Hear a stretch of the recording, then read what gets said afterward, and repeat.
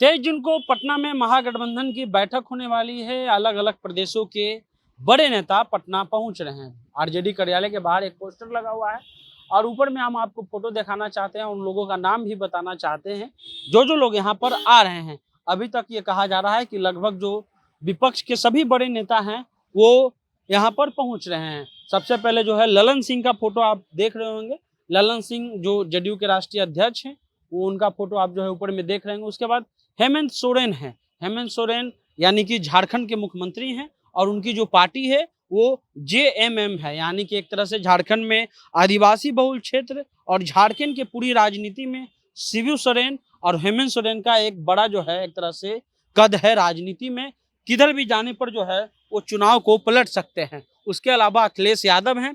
इस बार के विधानसभा चुनाव में अखिलेश को लगभग 120 से ज्यादा विधायक मिले हैं। पिछले बार इनकी विधायकों की संख्या 50 के आसपास थी, लेकिन इस बार वो जो है ये आंकड़ा बढ़ा है और अखिलेश का उत्तर प्रदेश में वोट परसेंटेज भी 10% बढ़ा है। तो अखिलेश यादव उत्तर प्रदेश विधानसभा में नेता प्रतिपक्ष हैं और अगर देखा जाए तो राजनीतिक रूप से काफी मजबूत हैं। लेकिन अगर इनके साथ और किसी पार्टी का गठबंधन अगर मायावती का रहता तो ये मजबूती और महागठबंधन को देती। उसके अलावा ममता बनर्जी हैं। ममता बनर्जी बंगाल की मुख्यमंत्री हैं और टीएमसी की एक तरह से सर्वोसर्वा हैं। टीएमसी का एक छत्र राज बंगाल पर है, चाहे वो लोकसभा हो चाहे विधानसभा हो। जरूर पिछली बार लोकसभा क्षेत्र में जो है लोकसभा चुनाव में बीजेपी ने वहां अच्छा किया था, लेकिन विधानसभा चुनाव में ममता ने फिर से एक गजब की स्ट्राइक रेट से जो है पश्चिम बंगाल की मुख्यमंत्री बनी। अरविंद केजरीवाल हैं। दिल्ली सहित पंजाब में इनका एक अच्छा जनाधार है। दिल्ली और पंजाब में मुख्यमंत्री इन्हीं के हैं। भागवत मान साहब पंजाब के मुख्यमंत्री हैं और अरविंद केजरीवाल खुद जो है वो हैं। इसके अलावा गुजरात के चुनाव में भी इनका एक जो है वोट परसेंटेज अच्छा मापा गया था। उसके अलावा जो है वो आप उद्धव ठाकरे को देख सकते हैं। बाला साहब ठाकरे महाराष्ट्र की राजनीति में जो है जो हिंदुत्व का एक मुद्दा था उनको लेकर के ये चले थे। काफी इनका एक तरह से जो है राजनीतिक इतिहास है। पिछले दिनों तक ये महाराष्ट्र के मुख्यमंत्री भी थे। महाअघाड़ी सरकार चल रही थी, लेकिन बीच में इन्हीं के एकनाथ शिंदे निकल करके जो है वो बाहर आ गए और चुनाव जो है पूरे विधायकों का समर्थन जो है वो बीजेपी का चला गया और वही एकनाथ शिंदे मुख्यमंत्री हैं। उसके अलावा जो कांग्रेस के राष्ट्रीय अध्यक्ष मल्लिकार्जुन खड़गे साहब हैं, कर्नाटका से आते हैं और कर्नाटका में इस बार उन्होंने कांग्रेस की सरकार भी बनाई है। उसके अलावा सीपीआई के सीताराम येचुरी, उसके अलावा जो है बगल में जो है वो भी लेफ्ट के नेता हैं। उसके अलावा यहाँ जो माले के नेता हैं दीपंकर भट्टाचार्य हैं, जो माले यानी कि अभी गठबंधन है। लगभग 16 विधायक जो हैं वो बिहार में इनके हैं। उसके अलावा जो है एमके स्टालिन डीएमके यानी कि एक तरह से तमिलनाडु में अभी मुख्यमंत्री हैं। इनके पिताजी बड़े सामाजिक नेता रहे हैं, सोशलिस्ट रहे हैं। इनका लड़ाई एआईडीएमके से होता रहा है। तो उसके अलावा शरद पवार हैं। शरद पवार महाराष्ट्र की पूरी राजनीति और महाराष्ट्र के अलावा मध्य प्रदेश के कुछ बॉर्डर के इलाकों में इनका राजनीतिक पकड़ बहुत जबरदस्त है। मराठा